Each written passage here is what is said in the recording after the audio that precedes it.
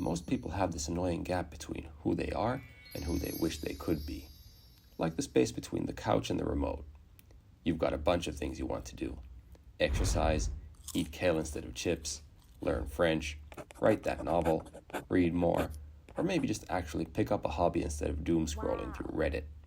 The problem? It feels like you need to become some superhuman version of yourself, one with the discipline of a monk and the willpower of a caffeine-addicted squirrel. You might have tried this whole new you thing before, nailed it for a week, and then, surprise, slipped back into the old routine of Netflix marathons and takeout. And every time you fail, the frustration meter cranks up to 11. Why is change so damn hard? Spoiler, it's not just you, it's your brain. So, your brain is basically a jungle. Think Jurassic Park, but with fewer dinosaurs and more tangled vines of indecision. Making any decision is like hacking through this jungle, but with a butter knife. Exhausting. Since your brain is kinda lazy, shocking, I know, it came up with a neat trick. Every action you take carves out a path in this mental wilderness. The more you do something, the clearer the path becomes, and over time, it turns into a street, then a superhighway. These mental highways are like the express lanes of comfort and familiarity, so you just keep using them. This is why trying to change your habits as an adult is like trying to build a new freeway through an overgrown forest. You've got to fight the jungle before you can make any progress. So, how do these mental highways form? Let's talk about routines and habits.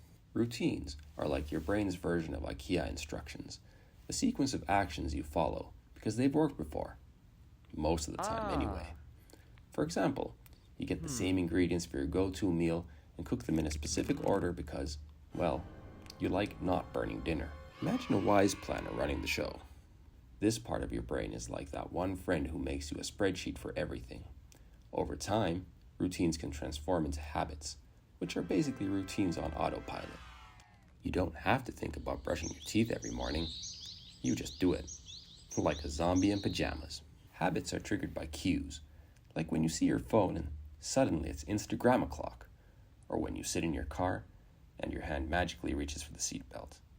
This stuff is run by the impulsive toddler in your brain that only cares about what feels good right now. The future?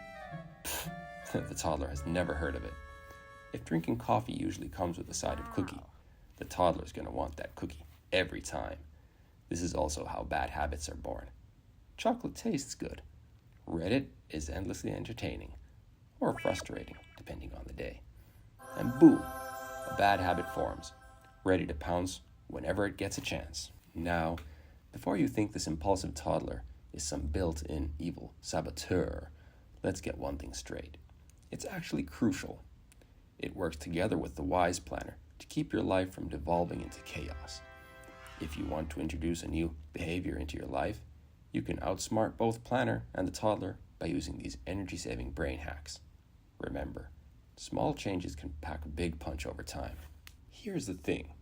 Change isn't about forcing your brain to bend to your will, like some kind of Jedi mind trick, but about convincing it that this new habit is no big deal.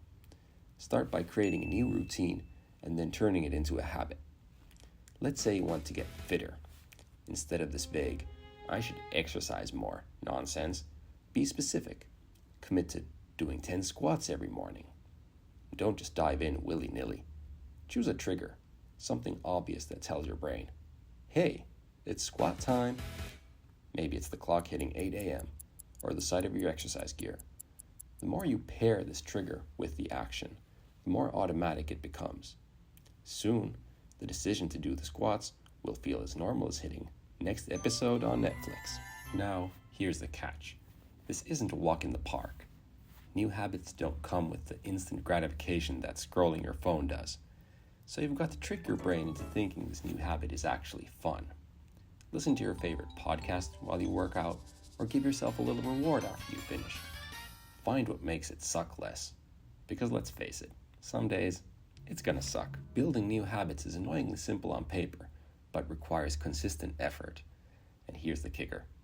It can take anywhere from 15 to 250 days to form a new habit, depending on what you're trying to do and who you are as a person. The first phase is always the easiest. It's the honeymoon phase. Keeping it up every single day, that's the real test. But hey, it does get easier the longer you stick with it. There are no shortcuts or magic potions for change. Sorry, Hogwarts fans. But understanding the science behind habits can remind you that change is possible at any age. Even tiny improvements are a win. In the end, it's not about becoming perfect, it's about making progress. There you have it, folks. That's my blueprint to changing your life, one step at a time. If, and I sure do hope when, you enjoyed this video, please help out by liking and subscribing. If you're not quite ready to stop doom scrolling right now, check out my other videos while you're at it.